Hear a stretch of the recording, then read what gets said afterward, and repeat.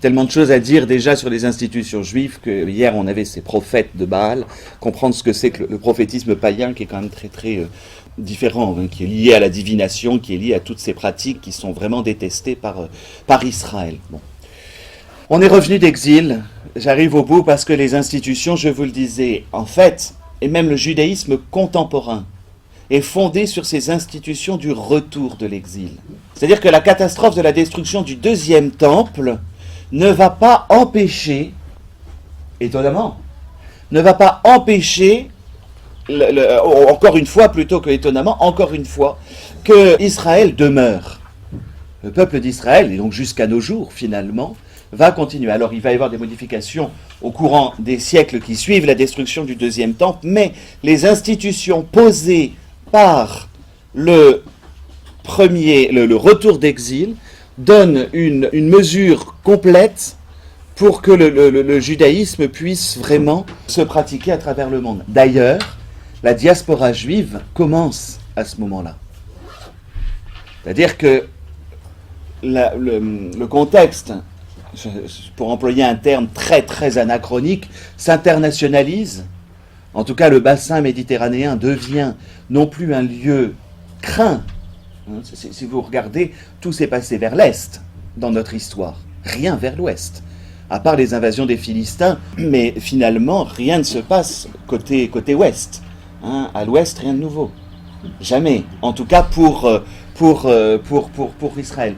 Et quand je dis internationalisation, en tout cas, une tournée vers la Méditerranée et vers ce monde méditerranéen qui devient un centre, le centre du monde, en définitive. Hein. Il y a ce décalage vers l'Ouest. Vous savez que si vous regardez ce que sont les centres du monde dans l'histoire, on est perpétuellement dans un décalage vers l'Ouest.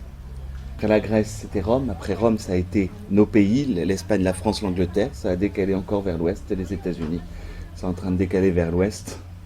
Le Japon et la Chine, l'Asie. Hein, c'est assez étonnant. On a ce mouvement là-bas. Oui. Bon, en tout cas, Israël se tourne. Et donc, on peut avoir une diaspora. Cette diaspora va, qui plus est, être profondément enracinée puisqu'elle va pratiquer ce qui a été pratiqué pendant l'exil. Donc l'identité, je vous disais, l'identité de l'obéissance à la Torah avec son écoute à la synagogue, l'obéissance au sabbat, l'obéissance aux interdits alimentaires, permet à des juifs de continuer de pratiquer leur religion, et même s'ils ne peuvent pas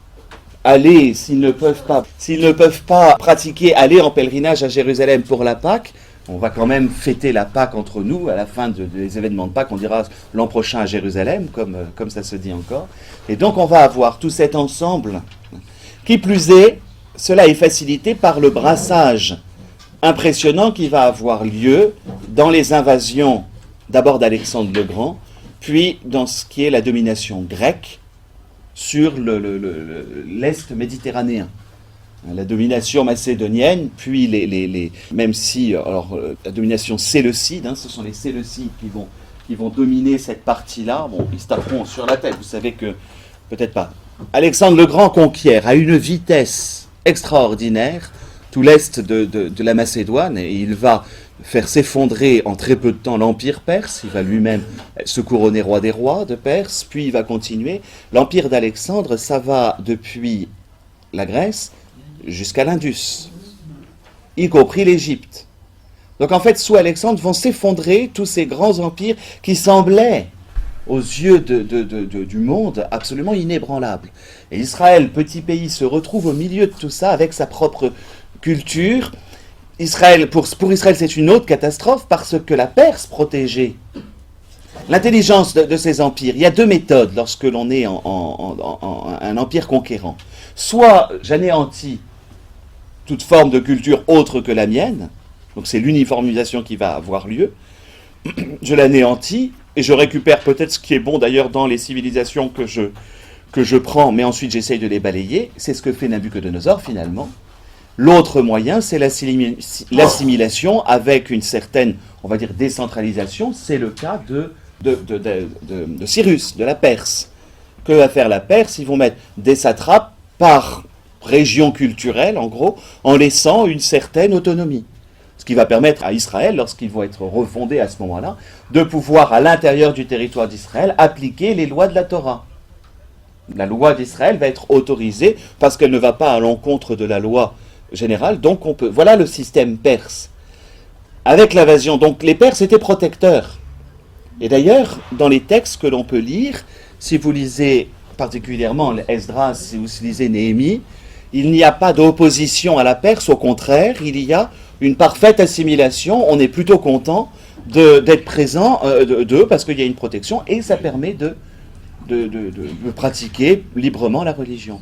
Ce qui fait que le 4e siècle, en gros, 5e, 4e siècle en Israël, est un moment extraordinaire. C'est-à-dire, peut-être c'est l'âge d'or, réel en fait. Même s'il n'y a plus de roi. C'est-à-dire qu'on se passe d'un roi, ça nous paraît peut-être étonnant, mais finalement la question roi ne se pose pas, puisqu'on a tranquillement le culte du temple, on a la possibilité de pratiquer et d'obéir à la loi, bref. Et qui plus est, on n'a plus à se débarrasser, parce qu'au contact, pour le coup, des Chaldéens, on n'a plus à se débarrasser de la notion de ce que je vous parlais de monolatrie, puisqu'on a atteint en plus un véritable monothéisme. Donc, la pollution possible avec les pieux sacrés, avec les cultes d'autres divinités, la foi d'Israël, du 5e, 4e siècle, est solide. D'ailleurs, peu de prophètes, non plus à ce moment-là. On remarquera, il ne va pas y avoir ce problème-là de prophètes. Hein, les prophètes qu'on va avoir, c'est Zacharie, c'est Agé, mais c'est au moment de la construction du temple, c'est pour motiver la reconstruction du temple.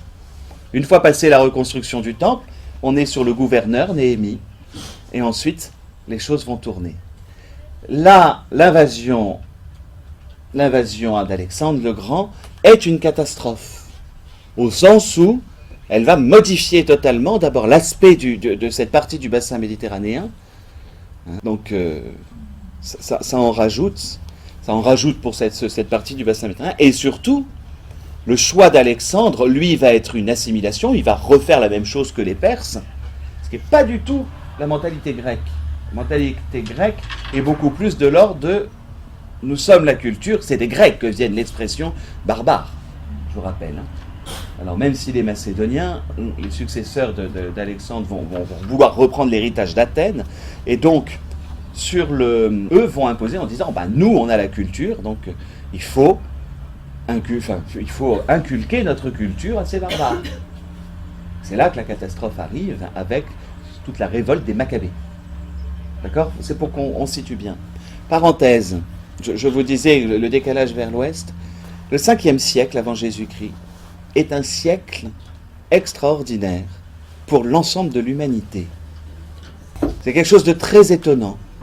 On est dans un siècle de relative paix, alors c'est quand même Salamine, c'est quand même Marathon, c'est quand même tout le problème entre la Perse et la Grèce, donc c'est comme ça qu'on l'a peut-être appris, en réalité c'est pas si... c'est marginal par rapport au monde entier, mais c'est cette période de la Perse qui a apaisé toute la partie de la Mésopotamie, on va dire, c'est la période de Platon, Socrate, Platon, c'est la période où va émerger le judaïsme tel qu'on le connaît aujourd'hui, en tout cas prendre, comme je vous le disais, où le judaïsme prend sa forme concrète, c'est les progrès réels du côté de la Perse, c'est le siècle de Bouddha en Inde. C'est un étonnant siècle, cette partie-là entre la fin du 6e et tout le 5e siècle, où les choses sont apaisées à l'intérieur même du monde, comme si déjà aussi quelque chose se préparait. Vous savez, de la même manière que la Pax Romana va permettre la naissance du Seigneur, c'est comme si à ce moment-là déjà un certain nombre de choses se préparaient. Au passage, c'est toute la mentalité grecque qui va être bien utile aussi pour l'implantation du christianisme, qui se consolide à ce moment-là. Hein, c'est très étonnant quand on regarde aux yeux de l'histoire universelle de voir ce 5e siècle qui est un siècle vraiment de progrès de l'humanité.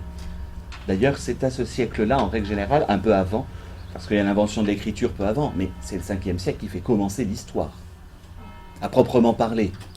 Avant, on est encore sur quelque chose de l'ordre plus ou moins préhistorique ou vieux historique. Bon, en tout cas, peut-être pas pour le cas d'Israël, parce qu'on maîtrise bien. Mais, voilà. Donc ça, c'est une parenthèse. Donc Israël se retrouve confronté à cette énorme catastrophe et qui est l'invasion grecque. Donc je vous dis, les Grecs, et particulièrement les Séleucides, c'est-à-dire les successeurs d'Alexandre. Alexandre va mourir très probablement de cirrhose. Oui. Mais oui, ah oui, ah bah largement, oui, c'était une maladie fréquente. Très probablement de cirrhose. On estime que. Mais il y avait des banquets monstrueux à chaque fois. Au bout d'un moment, a exaspéré aussi ses généraux parce qu'il a voulu prendre la culture.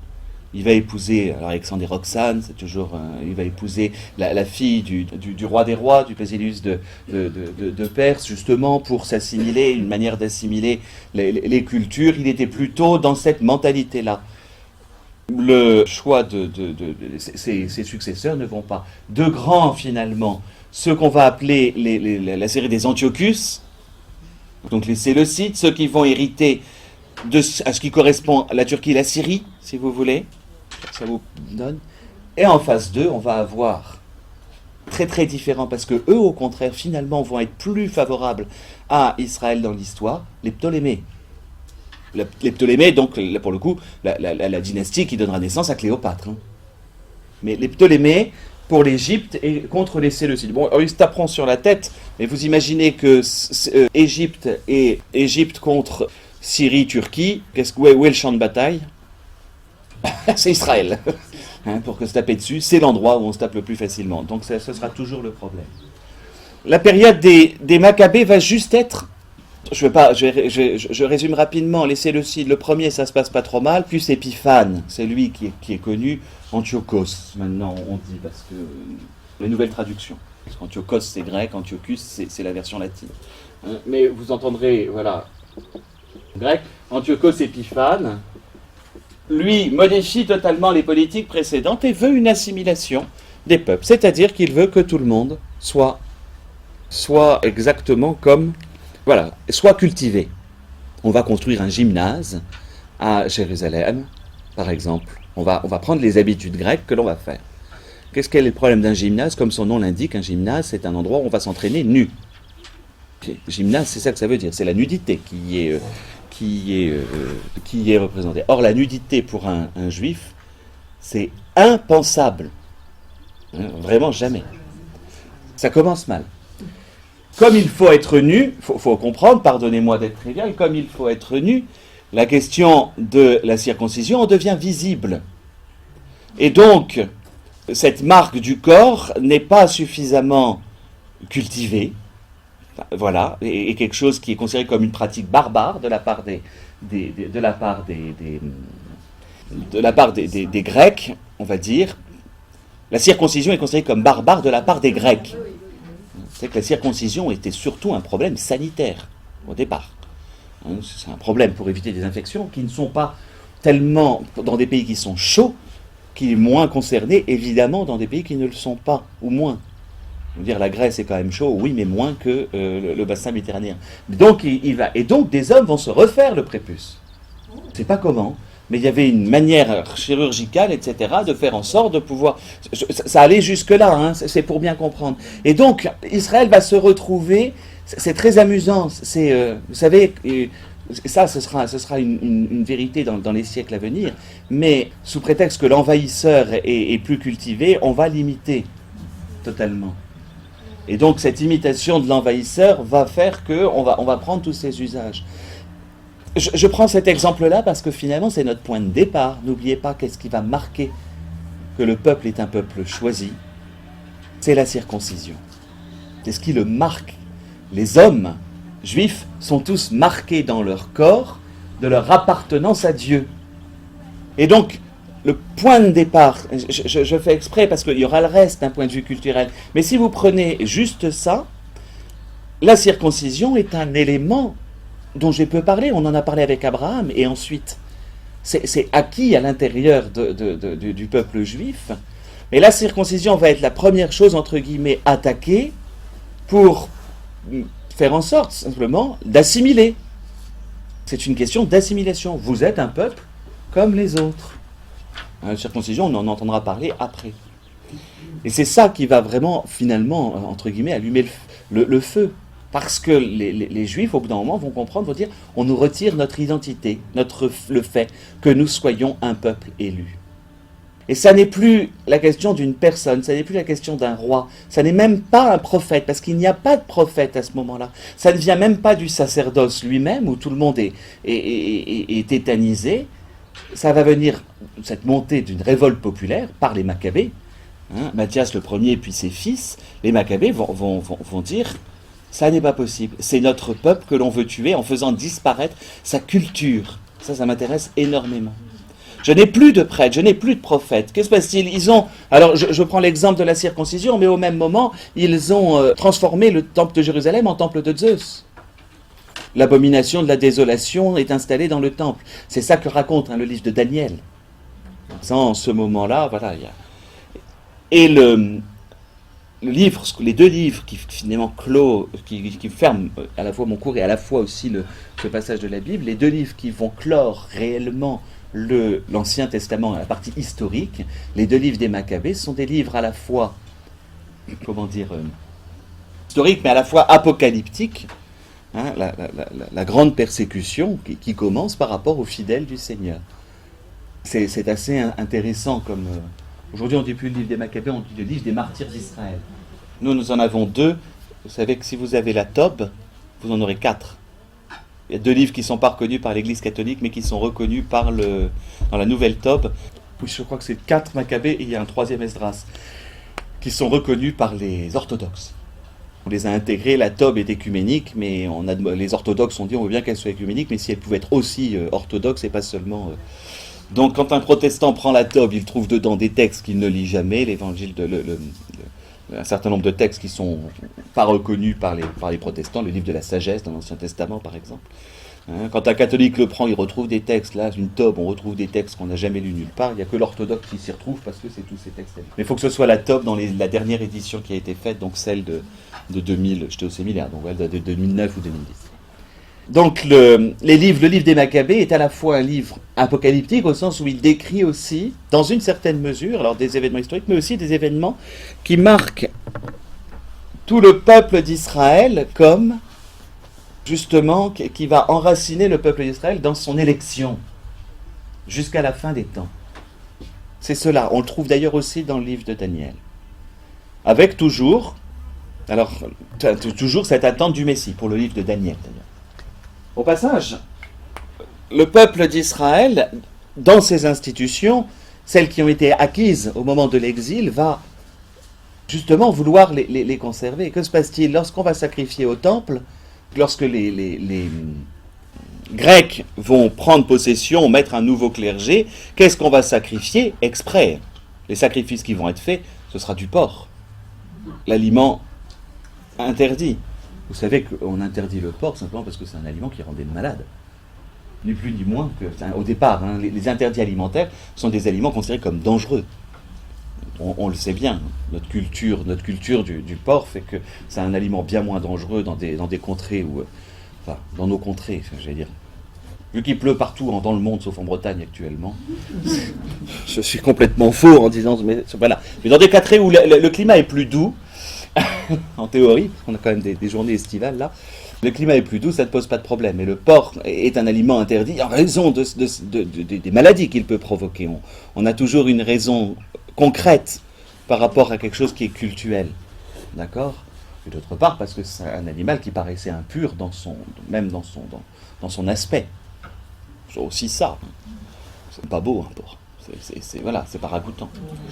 Ou un petit cochon de lait, ça va. D'accord. Oui, mais un énorme porc vautré, c'est pas agréable à regarder non plus. Moi, gamin, j'en avais peur du cochon. C'est vraiment, j'en approchais pas avec les crocs là. Je suis désolé, c'est pas un animal que j'ai trouvé. Oui, quand ils sont bien gros, bien gras. Sanglier, j'ai vu aussi. Bref. Non, mais le porc, la question aussi. Cela étant dit, sur quoi va attaquer les Juifs? Je prends la circoncision, le culte du temple, certes. On va attaquer ensuite directement sur les interdits alimentaires. C'est le passage de la mère et ses 7 fils qu'on lit, je ne sais plus à quel moment. On doit le lire juste avant la fin de l'année liturgique, donc au mois de novembre. Là. La mère avec ses 7 fils, ou qu'est-ce qu'on veut? Qu'ils mangent un plat de porc. Donc, c'est simplement. Et l'interdit alimentaire, donc, il va devenir quelque chose de fondamental aussi, j'en reviens. Donc, les pratiques du sabbat, etc., qui vont être interdites. Donc, on attaque ces points dont je vous ai parlé la dernière fois, qui sont tout ce qui a fondé. L'intérêt du livre des Maccabées, si vous le lisez en entier, n'est pas seulement dans cette lutte, mais c'est dans ce livre-là qu'on voit apparaître fondamentalement, clairement dans la foi d'Israël, une nouveauté. Et pour le coup, qui est importée, non pas importée, mais qui est découverte au contact avec les Grecs. C'est l'immortalité de l'âme. C'est-à-dire que la première prière pour les morts que l'on est, c'est dans le livre des Maccabées. L'intercession pour est ancrée aussi à l'intérieur, donc on attend un prophète. Donc il n'y a plus droit. Alors on restaure quand même le clergé, on va restaurer le temple, fêter le temple, mais on est dans une attente. D'autre part, Israël, à ce moment-là, bon, je passe dans le livre des Maccabées, c'est là aussi qu'on apprend, c'est Simon qui va faire alliance avec Sparte, d'abord. L'histoire juive rejoint complètement notre histoire occidentale, et ensuite alliance avec Rome. Rome n'est pas envahisseur d'Israël. Il faut faire attention. Rome, au départ, est un allié. Bon alors, Rome avait tendance à... Et l'allié, c'est quelqu'un qui se mettait sous protection de Rome, en soi. Il n'y a pas eu d'invasion. Juste un passage avec Pompée, qui rentrera dans le temple. Mais il n'y a que ce passage-là. Mais simplement, la manière que Rome avait traité ses alliés, c'est vous êtes alliés, d'accord, mais si vous pouviez nous payer quelques impôts, ça nous arrangerait. Enfin bref, au bout d'un moment, ça devient terre conquise. Mais au départ, il n'y a pas de conquête romaine. Il n'y a pas eu de conquête romaine d'Israël. Il y a aussi une autre chose qui est quand même très très important à ce moment-là, et finalement, ça va être du côté parce que je vous ai parlé là beaucoup des Grecs, mais je voudrais voir du côté des Égyptiens, qui sont grecs à l'époque d'ailleurs aussi, mais pas laisser le site du côté des Ptolémées. Il va y avoir aussi une nouveauté. Israël c'est peuple choisi, justement, en conservant son rôle, en conservant ses attributs, sa culture propre. Culte et culture sont la même chose pour un juif.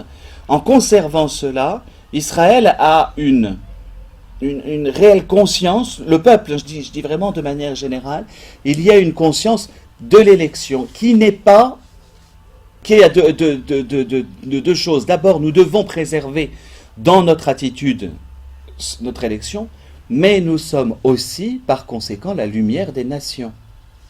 C'est-à-dire qu'il y a, on le voit apparaître, entre autres, parce que Cyrus va faire l'éloge de la loi en disant quel peuple a une loi comme celle-là, le Deutéronome le dit en fait déjà, c'est que Israël prend de plus en plus conscience aussi personnellement que le peuple d'Israël doit être un moyen pour les nations païennes aussi de se tourner vers Dieu.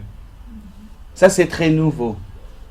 C'est très nouveau parce que la conscience habituelle du peuple d'Israël, la conscience en soi, c'est surtout pas. On aurait plutôt l'impression d'un peuple fermé. Là, c'est tout le contraire qui commence à apparaître. Et là, c'est au contact avec la culture égyptienne, des Ptolémées. On sait très tôt, entre autres au moment de la prise de Jérusalem par Nabuchodonosor, Jérémie, un certain nombre de Juifs, particulièrement Jérémie fait partie d'eux, vont fuir en Égypte. Et donc il y a déjà une colonie juive qui existe en Égypte. Déjà. Elle va augmenter et particulièrement, cette colonie juive va s'installer dans la ville toute nouvellement fondée d'Alexandrie. Or Alexandrie devient très rapidement, dans l'Égypte des Ptolémées, devient un centre culturel énorme. Ça fait partie de ces capitales créées de toutes pièces qui connaissent un essor absolument extraordinaire. Elle n'aurait jamais dû exister, cette ville. Elle est dans un endroit qui était mal foutu, etc. C'est une sorte de marais. Et en définitive, alors les Égyptiens qui n'ont quand même jamais eu peur de construire et de bâtir vont assécher. Je dirais c'est un petit peu comme Saint-Pétersbourg. Hein. N'aurait jamais dû exister cette ville.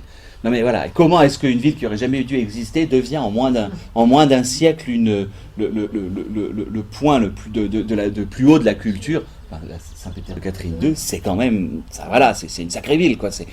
C'est très étonnant. Et bon, on a la même chose avec la fondation d'Alexandrie. Ça aurait rien dû être un siècle plus tard. C'est la ville, the place to be.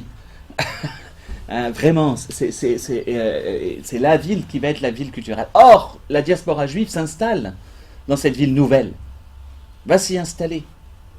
Et alors certes, c'est tardivement, mais il ne faut pas imaginer que mais rapidement, la fondation de la bibliothèque d'Alexandrie, donc là on rejoint vraiment le plus grand malheur, c'est l'incendie de la bibliothèque d'Alexandrie, quand même, le plus grand malheur de l'histoire. Et Ptolémée, je ne sais plus lequel, vous trouverez, 6, 7, ça s'appelle tous Ptolémée de toute façon. Donc vous dire Ptolémée, peu importe. Mais vous avez quand même pour moi c'est 7. Bon, enfin, un des Ptolémées, on va dire juste ça, va demander à ce que sa bibliothèque soit le lieu. Vous avez deux manières. Vous allez avoir deux attitudes différentes finalement de la même culture grecque. C'est intéressant. Vous avez la méthode macédonienne, il faut imposer tout notre savoir, et vous allez avoir la méthode Ptolémée où il faut que nous continuions d'enrichir ce que nous avons par le savoir des autres. C'est deux attitudes différentes. Je veux dire, en termes de conquête, et finalement, évidemment que c'est Ptolémée qui va avoir. Ptolémée va entendre parler de la loi, de la Torah, et donc va entreprendre d'abord d'en avoir une copie.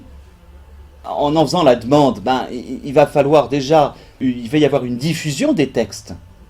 Déjà, à cause de l'exil, il y avait une diffusion des textes parce qu'il y a un culte synagogal, et qu'un culte à la synagogue signifie qu'il faut qu'il y ait quand même une armoire avec les rouleaux, la Béma, qui était le lieu le plus important dans une synagogue, un lieu de vénération, entre guillemets, ça correspond exactement à notre tabernacle. Parce que c'est le lieu où étaient déposés les rouleaux de la parole. Dans la configuration d'une synagogue. Vous avez un très joli petit ouvrage de Louis Bouillet qui s'appelle Architecture et foi, pas très long, et qui explique dans quelle mesure nos églises au départ, dans le début de l'architecture, sont héritières des synagogues. C'est assez intéressant. Entre autres, si vous allez à Saint-Clément de Rome, vous avez Lambon qui est surélevé, c'est la plus belle église de Rome, la basilique Saint-Clément. Et donc Lambon qui est surélevé, ça correspond c'est très proche de l'architecture d'une synagogue originelle. C'est assez étonnant. Et donc l'endroit où va être posée l'écriture, on va la voir. Ptolémée va demander pour lui. Les Juifs vont s'installer dans le pourtour méditerranéen au bout d'un moment. Il y a aussi l'appauvrissement de la langue. On ne comprend plus la langue. Entre autres, les Juifs qui se retrouvent à parler couramment la koiné, ce grec de l'Est méditerranéen, qui va être la langue universelle pour 5 ou 6 siècles, quand même. Enfin, oui, c'est ça, à peu près, du 3e siècle, quand Jésus-Christ, au 2e, 5 siècles. Parce que vraiment, le latin prend le dessus sur la partie occidentale. Ce grec va rester la langue jusqu'au 5e, 6e siècle après Jésus-Christ. Donc, ce grec de la koiné, on va retrouver des fondations. Partout, il va y avoir des comptoirs grecs. Donc on va retrouver des Juifs partis d'Alexandrie qui vont s'étaler à travers. Donc ils vont continuer le culte. Ça c'est nouveau, c'est absolument nouveau. Cette tournée vers l'ouest. Et qu'est-ce qu'il va falloir? Une traduction. Mais qui veut une traduction demande un rassemblement de tous les textes. Et donc les deux siècles qui précèdent la venue du Seigneur, c'est aussi très intéressant, parce que Dieu est un petit peu logique, quand même. Vous voyez que tous les éléments se mettent en place pour que la venue du Seigneur, en tout cas dans les institutions, alors même si ça n'est pas de la même manière, c'est l'élaboration du canon des Écritures. Plus ou moins quelques textes, parce que certains qui ne sont que en grec vont être rejetés mais c'est l'élaboration d'un canon, c'est-à-dire de la liste de ce qui est considéré comme véritablement à l'intérieur de la Bible. Il faut attendre le 8e siècle après Jésus-Christ pour qu'il y ait un canon particulier où on va rejeter certains textes qui ne sont qu'en grec, le livre de la sagesse par exemple, des morceaux d'Esther, c'est les problèmes qu'on a, nous. Et Ptolémée va mettre en place la possibilité d'une traduction. Même chose, il veut que tous puissent y avoir accès. C'est ce qu'on appelle la Septante. Dans vos Bibles, vous verrez, on n'écrit jamais Septante. On l'écrit jamais, on écrit toujours sous sa forme romaine, en chiffre romain. C'est quelque chose, c'est un usage. Hein. Je ne parlerai jamais de Septante. J'aurai toujours ça. Donc quand vous voyez ça quelque part dans un texte, Septante. C'est la manière de l'écrire. Oui. Je ne sais pas pourquoi, mais on garde même. Je ne verrai jamais écrit le mot Septante. Je ne crois pas l'avoir lu même dans des écrits. À chaque fois, on lit dans la LXX. Ah, voilà, c'est 70, on a parfois... La tradition veut que 70 anciens ont été mis dans plusieurs lieux différents, ont eu à traduire et que leur traduction était identique. Ce passage au grec est extrêmement important en termes de diffusion. Oh, attention, quand on parle de diffusion, on n'est pas dans 1 million d'exemplaires, forcément. Hein, c'est pas, mais on va avoir une diffusion beaucoup plus aisée, et là, un changement quand même très important qui se fait à ce moment-là, même d'un point de vue mentalité. D'aucuns purs et durs vont dire on n'a pas le droit de faire ça. On n'a pas le droit de toucher au texte sacré et de le mettre. Donc il y a même une sacralisation de la langue elle-même, l'hébreu n'étant plus parlé puisque cela devient l'araméen, hein. L'hébreu n'étant plus une langue courante mais devenant une langue sacrée, c'est-à-dire une langue réservée au culte. Certains vont dire on n'a pas le droit de la changer. D'autres vont dire, donc on va avoir 2 courants qui vont s'opposer peu à peu. Ceux qui sont pour un respect strict des traditions, ceux qui au contraire vont dire mais ces traditions peuvent bien se répandre. Vous voyez venir, c'est nos 2 grands courants de l'époque de Jésus qui vont, on peut bien composer avec l'envahisseur pourvu qu'on puisse continuer à pratiquer le culte et qu'on connaisse le nom du Seigneur. Ce seront les Sadducéens. Et vous allez avoir en face les pharisiens qui au contraire vont dire non, nos traditions doivent rester impeccables. La traduction de la Septante, à travers tout l'épisode hein, de la traduction, Ptolémée demande, allez-y, enfin voilà, faites-moi cette traduction et que finalement on aura ce texte. La traduction de la Septante, je vous dis, donne une possibilité de rayonnement et surtout change encore, enfin fait avancer encore plus Israël dans l'idée qu'elle est la lumière des nations, que le peuple d'Israël est lumière des nations. La foi d'Israël ne devient plus seulement nous sommes le peuple choisi, mais a une vocation universelle. Et donc, la multiplication autour d'Israël des craignants Dieu, c'est-à-dire des gens qui ne sont pas du peuple, va exiger une attitude. Qu'est-ce qu'on en fait ? Que les craignants Dieu vont être nombreux autour. Hein. Beaucoup de personnes, beaucoup d'hommes vont être impressionnés par cette culture, non pas cette culture, mais voilà, la foi juive entre dans une rationalité grecque qui croit en l'immortalité de l'âme et qui, malgré le culte polythéiste, aboutit, je vous rappelle avec Aristote aboutit à l'existence d'un Dieu unique. Aristote, donc c'est Alexandre le Grand. Donc la conscience qu'il n'y a qu'un seul Dieu, même en soi, Platon déjà l'affirme. Fin du 5e siècle, 4e siècle. Hein. Foi en un seul Dieu. Et donc il y a quand même un écho réel, malgré la culture païenne et polythéiste ambiante, mais dans le milieu intellectuel, c'est-à-dire dans ceux qui ont un peu connaissance et des philosophes, etc. Vous savez pourquoi Socrate a été condamné à mort pour athéisme. C'est ça le motif de sa condamnation.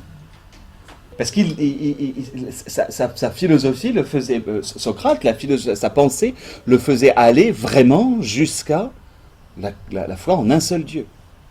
Et c'est l'athéisme qui est la cause. Enfin, c'est impressionnant parce que c'est par la réflexion, ils sont pas juifs. Et donc, finalement, la traduction de la Septante va venir totalement en écho avec cette philosophie ambiante, cette pensée ambiante, et va y entrer.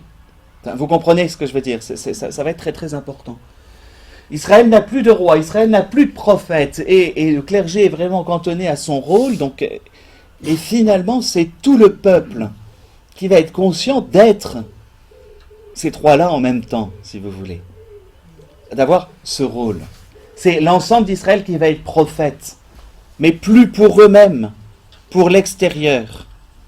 C'est l'ensemble d'Israël qui va être roi, parce que élu. Je vous disais, le mot Messie, il désigne pour Israël à la fois la personne du Messie, mais le peuple tout entier. Cette conscience-là, elle apparaît.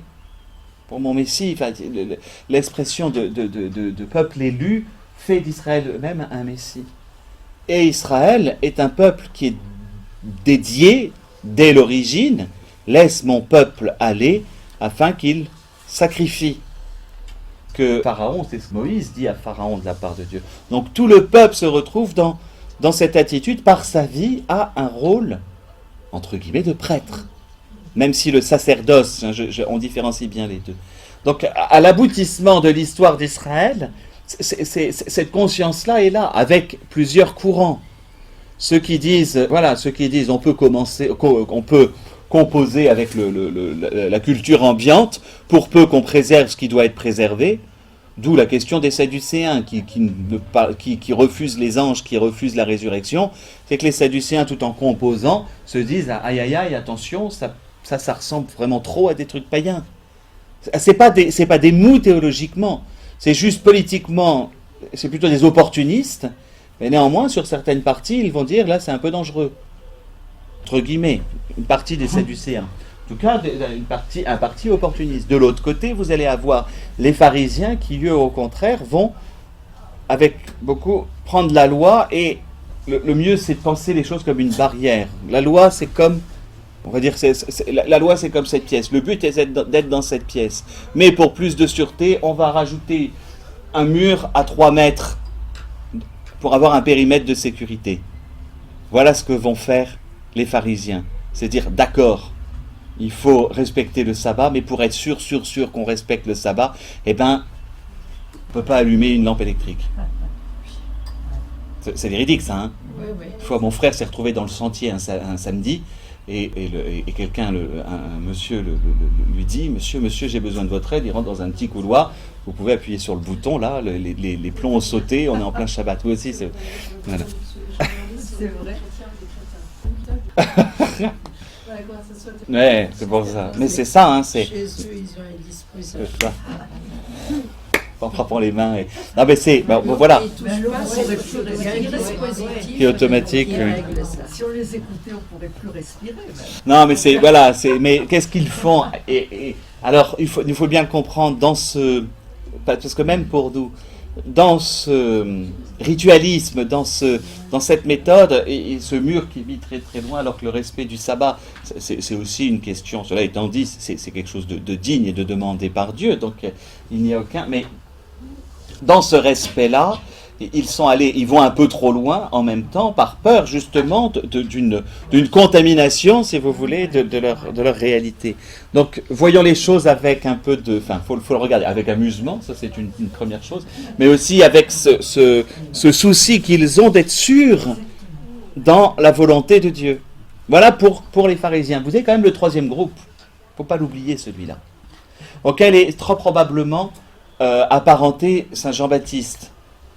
On estime que sont les Esséniens, eux qui vont dire dans l'attente du Messie, mettons-nous à part, vivons comme des ermites. En fait, c'est pro ou pro la naissance d'une forme de monachisme, de vie de moine, de vie consacrée vraiment à Dieu.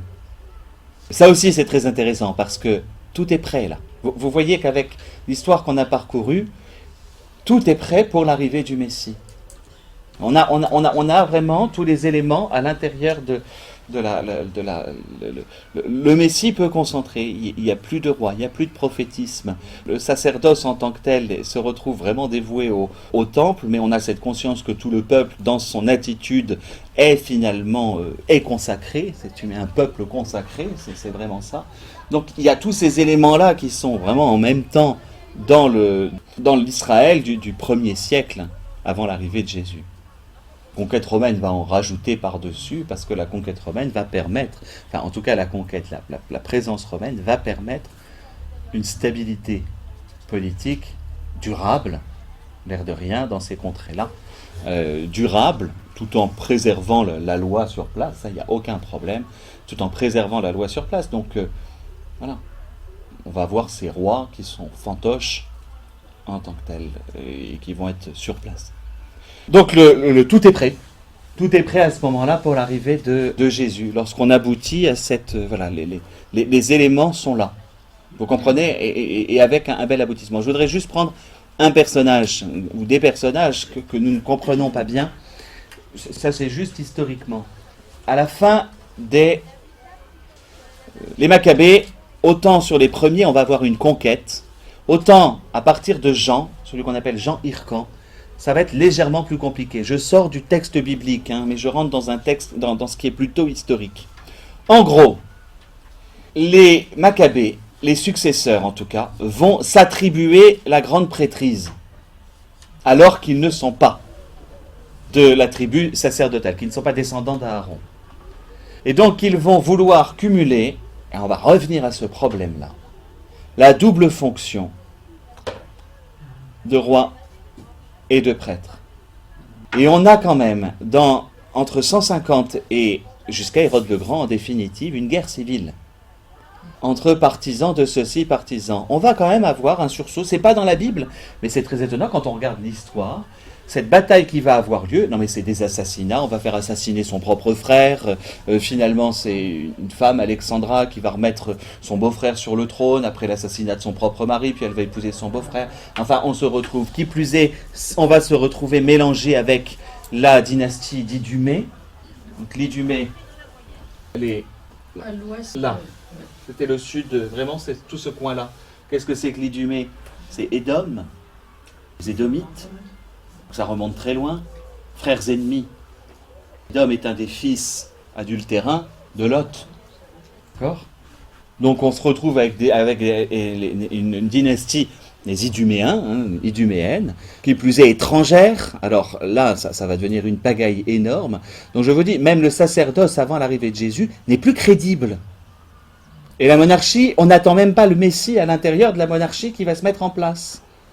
Parce que Hérode, c'est quoi? C'est un arriviste d'abord, mais un bon arriviste. C'est bien débrouillé, mais c'est un Iduméen. C'est un païen. D'ailleurs, on ne comprend pas très bien. Le roi Hérode fait demander où est-ce qu'il doit naître le Messie. Il n'y connaît rien. Enfin, un peu, il a quand même épousé... Enfin, il a épousé sa nièce après avoir fait assassiner sa femme et son fils préféré. Enfin, il était bizarre, Hérode. Il était capable du pire et du meilleur. Il y a une grande famille à Jérusalem, il va vendre toute sa vaisselle pour acheter du blé en Égypte et pour pouvoir fournir les gens gratuitement. Voilà, ça c'est Hérode. Et l'avant-veille, il a fait assassiner sa femme et ses fils. Il est un peu parano. Sans doute un des premiers cas de bipolarité clinique. Non, mais vrai en plus. Oui, c'est très étonnant. Sans doute un cas clinique de bipolaire. Il passait de colère monstrueuse à, au contraire, une générosité profonde. Enfin, c'est un premier cas. C'est un clinique. Avec quelques assassinats quand même à la clé. Et donc Hérode va se retrouver à la tête d'un d'Israël, mais Hérode aura l'intelligence de remettre la grande prêtrise à ceux qui sont grands prêtres, c'est-à-dire à ceux qui sont héritiers. La caste sacerdotale va reprendre sa place. Mais vous voyez qu'à nouveau on a eu cette erreur en voulant cumuler les deux. On s'est engagé dans une guerre civile. Alors, la guerre civile n'atteint absolument pas le peuple, puisque la foi, je vous dis, au même moment, c'est là où ça se répand dans le bassin méditerranéen. Pourquoi est-ce que je dis que tout est prêt? Je ne parle pas seulement pour la venue du Seigneur, je parle aussi pour que l'Église puisse se répandre. Parce que, si vous lisez les Actes des Apôtres, d'un petit peuple comme le peuple juif, c'est très impressionnant de voir le nombre de lieux où sont présents des Juifs. Au 1er siècle. Ce n'est pas une population immense. Et une grande quantité sont présents à travers le bassin méditerranéen. Il y en a pas mal, et on va en trouver. Alors évidemment, toute l'Asie mineure. Bon, ça c'est logique parce qu'il y a eu comme des déportations aussi du temps des Antiochus. Mais on va les trouver jusqu'à Marseille. On va les trouver jusque dans les Empuries. Vous savez, au nord de Barcelone, là, il y avait une fondation grecque, je ne sais plus comment ça s'appelle. C'est les Empuries, oui, c'est ça. Au sud du Roussillon, vraiment à la frontière des Pyrénées. Là, il y avait une colonie grecque. On sait qu'il y avait des Juifs à cet endroit-là. On les retrouve à Rome. Et ils sont connus, puisque au temps de Néron, Popée, la fameuse Popée, après avoir réussi à éliminer Octavie et épouser Néron, on sait qu'elle est proche culturellement. Elle est, elle est attentive à ce qui se passe dans cette secte, ou alors il ne faut pas l'entendre comme nous, secte, cette religion juive. On le sait. On sait entre autres qu'ils habitaient le Trastevere. C'était vraiment dans ce quartier-là. Dans la mémoire d'Abraham, c'est bien expliqué. À toute l'Europe. Oui, oui. Ah oui, c'est impressionnant. Mais tout le bassin méditerranéen, justement, a l'avantage d'une paix romaine impressionnante, a l'avantage de ce que Ptolémée a permis, finalement, c'est-à-dire la diffusion d'un message à travers... et on va retrouver des personnes, enfin, Priscille et Aquila, dont on entend parler. C'est tout sauf des noms juifs, je vous ferai remarquer. C'est vraiment des noms romains. Donc, il y a un élan de conversion qui prépare. Et donc, le retour d'exil est vraiment fondateur. Esdras, pour revenir plus haut, Esdras est vraiment le fondateur du judaïsme contemporain de Jésus. C'est-à-dire, on arrive à ce haut degré de la pensée d'Israël, mais c'est aussi à ce moment-là que la diaspora juive prépare allègrement la diffusion de l'Église. Parce que c'est pareil, la diffusion de l'Église à la fin du 1er siècle, c'est impressionnant. Mais parce qu'il y a déjà eu tous ces éléments-là. Israël n'est donc plus seulement un peuple choisi pour donner un culte à un Dieu, mais Israël, à la fin, est un peuple de prêtres, de rois, parce qu'il a été choisi par Dieu et qu'il a à faire rayonner à travers les autres nations ce message, un peuple de prophètes, puisqu'il annonce cette présence de cette grandeur et du Dieu unique. Donc, par vocation, s'il n'y a qu'un seul Dieu, il faut que tous les peuples le connaissent. Les autres sont dans l'erreur, puisqu'il n'y en a qu'un seul. C'est ça, théoriquement, la démarche d'Israël au départ. Et la troisième méthode, la troisième chose, évidemment, peuple de prêtres, puisque sa vocation est un culte. Je ferai juste remarquer une chose. On dit que... Alors, il y a eu en effet la conquête de la Terre Sainte au départ. Mais dans tout ce que je vous ai raconté, une fois installé en Palestine, ça va être des reconquêtes du territoire, etc. Mais c'est une question de territoire. Israël n'a jamais déclaré une guerre pour imposer sa religion. Jamais. Alors ça, c'est clair et net dans l'histoire de l'Ancien Testament. Ça n'a jamais été un motif. C'est juste pour répondre aux gens qui disent les religions, c'est des motifs de guerre. Jamais Israël n'a utilisé le terme. Alors on va prendre parce que Dieu nous a promis cette terre, mais c'est de l'ordre de la promesse. C'est pas parce que je veux imposer mon Dieu aux autres. Jamais. Et même aujourd'hui, excusez-moi, c'est pas une guerre de religion. Même si c'est que cette terre nous appartient de droit, au sens historique. Ce qui est très compliqué. Ce qui est très très compliqué. Mais au sens historique. Il faut faire attention parce que c'est toujours délicat. En tout cas, dans l'histoire que nous venons de parcourir, il n'y a pas ce but-là. Dès le départ, la question d'Israël, enfin maintenant qu'on y arrive, c'est en tant que peuple choisi, rayonner pour que les nations païennes aussi viennent. On l'entend dans les psaumes. Hein. On l'entend dans les psaumes, le but c'est elle est mère de toutes les cités quand on parle de Jérusalem.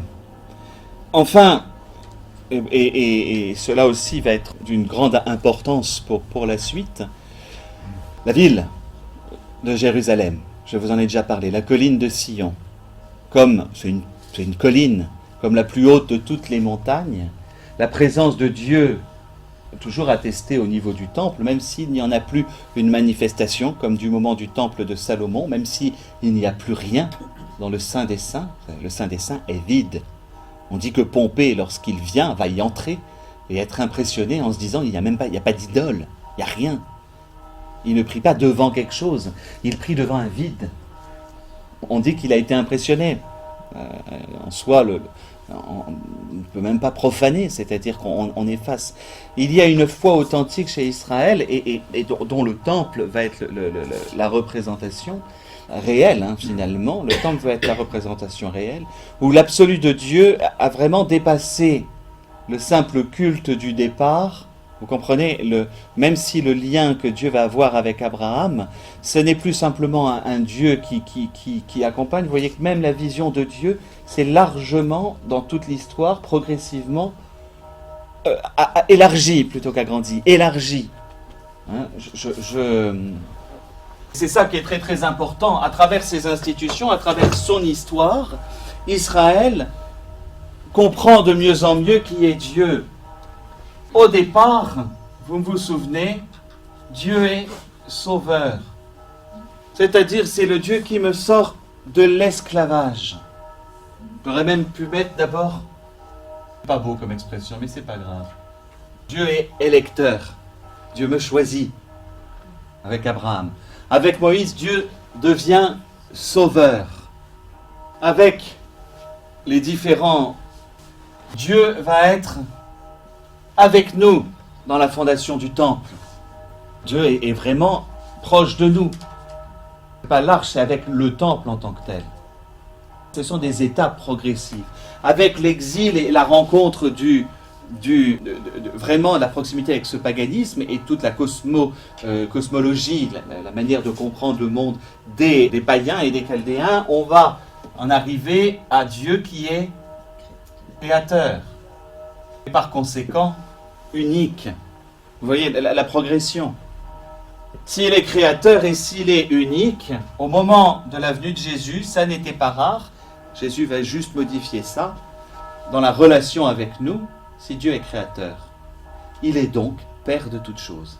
Le créateur, c'est l'origine de tout, la source. Et donc, on l'utilisera dans le judaïsme, et Jésus va l'exagérer encore plus, d'accord ? Mais l'aboutissement de la réflexion va faire de Dieu aussi un Père. Vous voyez, vous voyez si je dois vraiment aller de là, c'est bon, on va dire Abraham, Moïse, David et Salomon, d'accord ? Là, ça va être la période de l'exil. Avec Dieu unique, on est très clairement dans la question des Maccabées. C'est-à-dire que cette foi en Dieu unique, on doit la défendre. Et avec Dieu Père, finalement, ce serait le livre, celui qui l'exprime le mieux, ce sont les 2 derniers livres de sagesse. Vous retrouvez cette relation, mais plus encore dans le livre de la sagesse.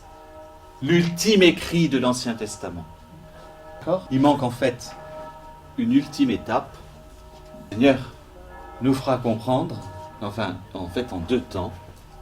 Père, Dieu passe à Abba. Alors vous allez dire, c'est la même chose, oui, simplement, c'est le dominatif, la manière de s'adresser à Dieu beaucoup plus affectueuse en disant Abba. Par conséquent, il y a une relation qui est aussi de l'ordre de cette relation. Et Saint Jean l'exprimera, mais Jésus le fait, et c'est Saint Jean qui va le définir le mieux. Dieu est. Car rajouter le Christ, même si là-dedans on va tout avoir, évidemment que Dieu aime son peuple, et que tout va être réponse. Mais que ce soit la qualification même de Dieu, la compréhension de Dieu, elle est là. Au passage, dans une vie spirituelle, c'est quand même le plus important, c'est passer par toutes ces étapes-là, très souvent. Nous avons à avoir ces différents visages, ces visages de Dieu. Vraiment la fin. Donc le Seigneur Jésus va rajouter ça. Mais à travers toutes ces épreuves, à travers toutes ces institutions, le peuple d'Israël en arrive enfin au point de fruits mûrs. C'est-à-dire, le Messie ne pouvait pas naître à un autre moment. On le regarde, nous, avec notre foi chrétienne. Aujourd'hui, la relation avec le judaïsme, elle est toujours possible grâce à cela, grâce à cette relation Abba-Père, où notre adresse vis-à-vis de Dieu va être identique. Simplement, les questions de la personne de Jésus restent toujours le point d'achoppement. En tant que tel. Voilà le parcours d'Israël dans toute son histoire. Israël peu à peu a élaboré, vous le voyez à travers son histoire, ses institutions, à travers la manière dont Dieu a réussi à faire comprendre à Israël à quel point, qui il était. Je terminerai simplement en disant que nous sommes dans le même mouvement. Les choses, tout est dit en Jésus-Christ, et il est vrai que la Bible s'arrête avec la fin des temps apostoliques, mais comme le disait le bienheureux John Henry Newman, cardinal Newman, de la même manière, le dépôt de la foi qui est donné à l'Église ne cesse d'être compris par l'humanité qui est en train de grandir. Et qu'à l'instar d'Israël, l'Église est sans cesse en train d'essayer de mieux comprendre qui est Dieu. Nous ne cessons pas ce mouvement. Ce mouvement n'a pas cessé. Parce que l'homme, dans ses progrès, l'homme dans la manière qu'il a de vivre, d'avancer, de grandir, parfois de régresser aussi dans son histoire, mais l'homme comprend de mieux en mieux cette relation avec Dieu. Ça, c'est l'autre cours que moi je donne, qui est celui que je donne en propédeutique de littérature chrétienne, où on voit justement cette compréhension de Dieu dans l'histoire de la littérature. Donc, si vous voulez, voilà. Ça, c'est un cours que je donne le mardi soir par Booth, celui que j'appelle auteur chrétien. En définitive, c'est ça, c'est le pendant de ce dont je viens de vous parler. Je vous remercie infiniment de votre présence.